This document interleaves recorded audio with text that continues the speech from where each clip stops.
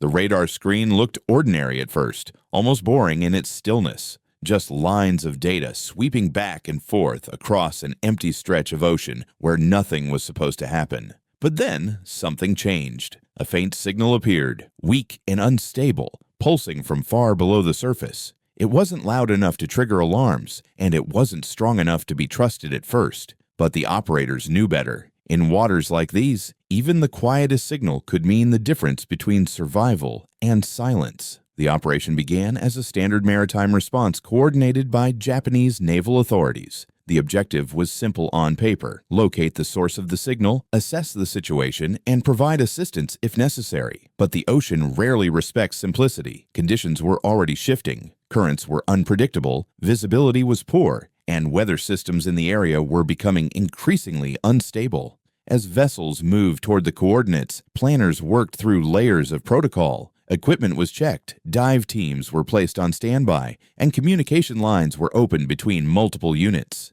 This was not a rushed response. It was precise, measured, and methodical. But even with all that preparation, there was a growing concern that the depth involved would slow everything down. What no one anticipated was that the first response would not come from a military vessel at all. Several miles away, local fishing boats were already adjusting course. The men aboard them had no official briefing and no access to classified data. What they had instead was something less visible but just as powerful: years of experience navigating these exact waters. These fishermen were also diverse, not recreational ones, but professionals who worked below the surface as part of their daily lives. They understood currents the way others understand roads. They could read water movement, temperature shifts, and pressure changes instinctively. When word began spreading among them that something was wrong offshore, they didn't wait. Speed mattered more than authority in that moment. While official rescue units were still calculating safest approaches, the fishermen were already on site. Their boats were smaller, lighter, and faster. They navigated through rough water with ease, positioning themselves precisely above the suspected area. Without formal clearance, the divers entered the water.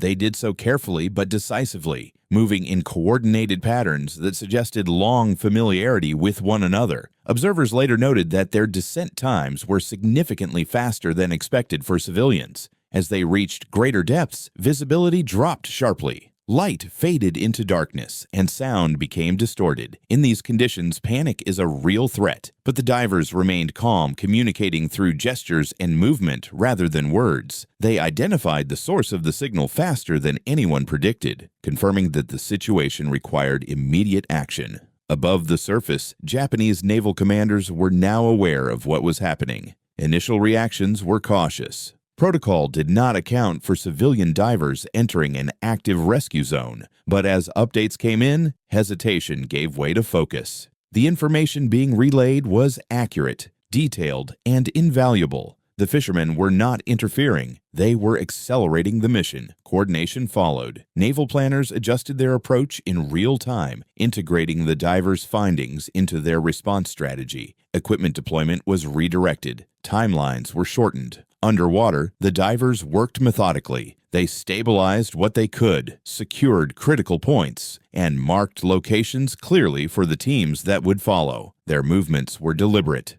not hurried. When official rescue divers finally entered the water, they found conditions already improved. Access points were clearer. Hazards had been identified. The transition between civilian and military teams was seamless. As the operation progressed, those monitoring from the surface began to recognize the significance of what they were witnessing. The speed of the initial response had altered the entire outcome. Once the immediate danger passed, recovery efforts continued with renewed confidence. Survivors were assisted, equipment was secured, and vessels were stabilized. Back on deck, naval officers reviewed footage and dive logs. Data confirmed what many already suspected. Early intervention had reduced overall risks significantly. Conversations followed. Quiet acknowledgments between professionals. Respect replaced assumption. Curiosity replaced doubt. The story spread, not because of spectacle, but because of contrast. Advanced ships and modest boats, technology and tradition.